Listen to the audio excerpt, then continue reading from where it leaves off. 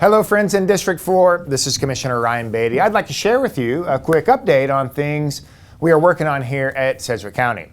For this month's newsletter, I want to provide some information on a really tragic fire incident and some of the actions that have been taken in the aftermath.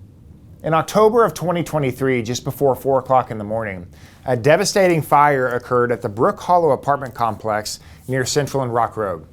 The fire spread quickly due to the type of wood construction and a brisk northwest wind. In the end, multiple individuals were injured, including firefighters from the Wichita Fire Department, and a beautiful young lady, Paoli Badesky, lost her life. In the aftermath of the fire, questions began to arise about the public safety response and potential errors that were made by 911 dispatchers as well as those on scene in the fire response. As the conversations and the tensions continued throughout the community, leadership from both the county and the city made a decision to bring in a third-party independent group called Jensen Hughes to conduct an incident analysis and issue a report back to both governing bodies. From my view, there were two main objectives I hope to accomplish with this move. First, we wanted to have an in-depth and impartial analysis of all that took place that morning regarding the incident and the response. Second, we asked to receive systems recommendations on our overall public safety network and response capabilities all throughout Sedgwick County. Unanimously, the County Commission and City Council believe that Paoli, her family and friends, the first responders, and the community deserve this type of analysis. When we voted to approve the contract for Jensen Hughes back in May, the Commission made a promise to the community that we weren't going to wait for a report to do the things we know are needed to make improvements in our departments, particularly in 911. We got right to work on several initiatives to equip our staff at 911 with the resources they need to do their jobs well. We made significant compensation adjustments to attract and retain staff from a low of 62% staffing in October 2021 to now 100% fully staffed at the end of 2024.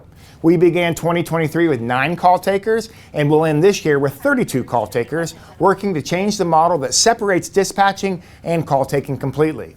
We added 10 new positions to the staffing table, including 6 new Dispatcher 3 positions. It's a new role that provides training and support for the staff.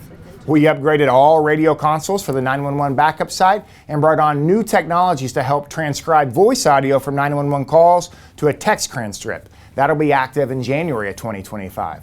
We established a new community advisory board with select members from our community to engage our citizens and receive feedback. And we also anchored into routine and regular department collaborations between 911, fire, and EMS to work through department issues and opportunities. Altogether, in 2025, we're going to fund just shy of $15 million worth of operations and improvements in 911. We're committed in a big way. And more work and reform is in the pipeline. We will continue to restructure the department and introduce discipline-specific, highly trained dispatchers that specialize in fire, police, or EMS. We will also make a big move towards national accreditation and continue to identify technology enhancements to improve efficiency in dispatching. All of this to say, we are determined to continue progress with all of our public safety departments, particularly 911, which is the front door to all emergency response in our community. The Jensen Hughes report was helpful in many ways. It was also needed.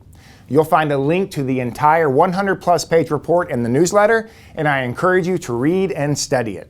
I'm talking mostly about 911 here, but know that there are other public safety departments included in the report, primarily Wichita Fire as well as EMS, and the county will continue to lead in collaborative discussions to improve the entire public safety ecosystem.